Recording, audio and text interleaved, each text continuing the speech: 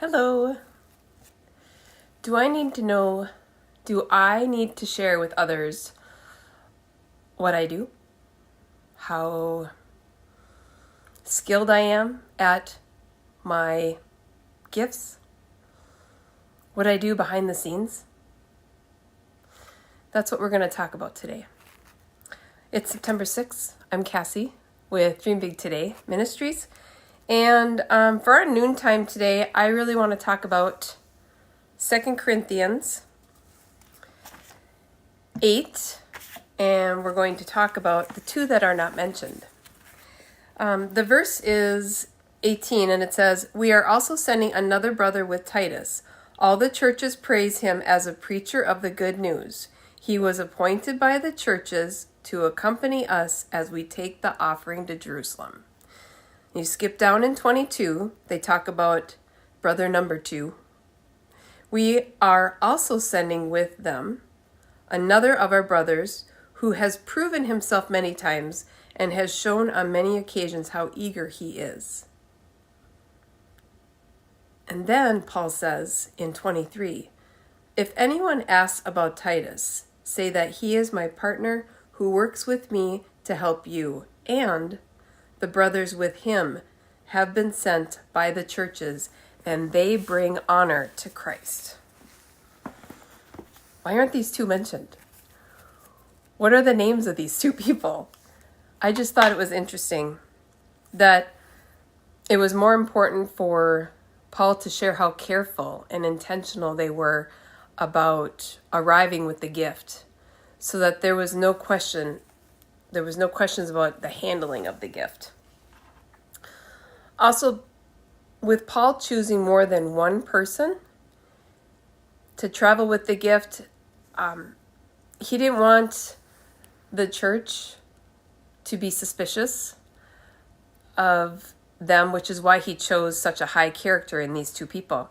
The brothers who Paul sent were well known by everyone, and they bring honor to God. Our character is really important, and their reputation preceded them. They knew of them before they were showing up, although they didn't say the names. So I did the verse bouncing back and forth to see what was where, and I did not find out who these two were, but they were eager to be part of the journey without anyone knowing what they had done. Yet they were recommended by all the churches, a great preacher, and again, bring honor to Christ. So it's interesting who gets mentioned and who doesn't get mentioned. I felt like the highlight or the nugget here was that our character in our actions is much more important than anyone knowing our actions. But also our reputation is so important. So many things can change that. How we react instead of respond. A quick little joke or wittiness back. How we conduct ourselves outside of church with a different group of friends. Also, to me, this showed how God judges or views actions and things that we do. Doesn't view it like we view it. Our level of importance is so much different than what God does. He is beyond our comprehension, so he sees the intention and the heart behind what we do. And we don't see the behind the scenes also. All the work done to get the service together, all the staff that helps, the coordination of visitors or a free meal at church or the youth group. We don't see the techies who edit the podcast behind the scenes. Even in this study, the individuals that organize this study to bring it here to you.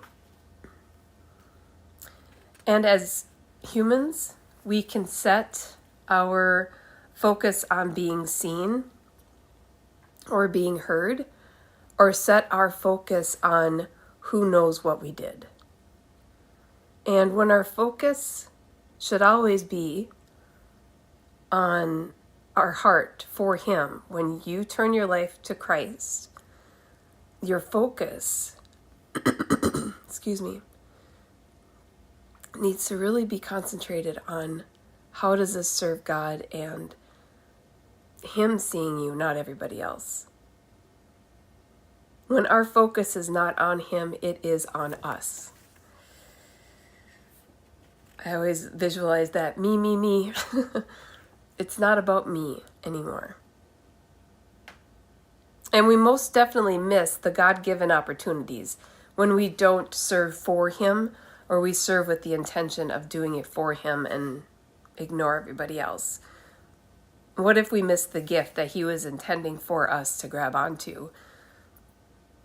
To share His good news, to spread His love with someone who does not know.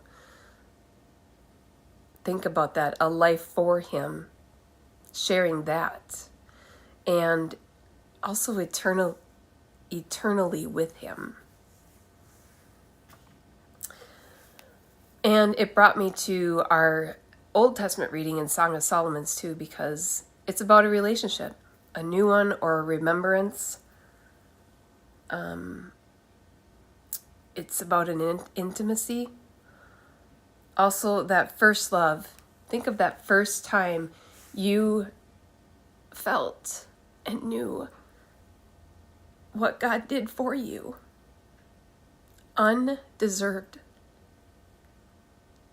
Totally without our understanding. To send His Son to die for us. That first time that I gave my life to Christ, and there was only one time, but that first initial time, that passion and that I want to get to know Him, and what else does He have for me? What can I do for Him? Who can I share this with? That's something that we need to go back on and remember constantly. I've been walking with Him for 31 years. And I review that day often. And it forever changed my life. Do I go back to the old way? Sometimes.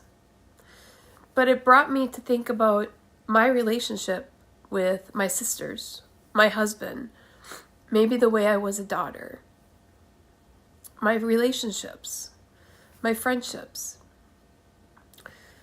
They don't need to know the stuff I do behind the scenes. If I'm hours or minutes in His Word, when I pray, where I pray, how I pray. And if I'm doing all of that, that's my intimacy with God. That's my time with Him, and it helps me be better to all of those other people. Also, in a marriage or in a relationship, there's a lot of stuff you do behind the scenes that you should not even think about getting accolades for. If you sat and kept track of all the good things you did and didn't get thanked for that, does that make you bitter or does that make you better? Do it without others knowing, and God will bless your heart. That was my thought today. So I pray this helps you want to dwell in His Word a little bit more, so that He can highlight the verses He's trying to share with you. And thank you for joining us today. Go back and see some of the other nuggets and morning time talks. We have some ladies that love the Lord incredibly, and you are loved, and you are never alone. So go be a blessing this weekend until we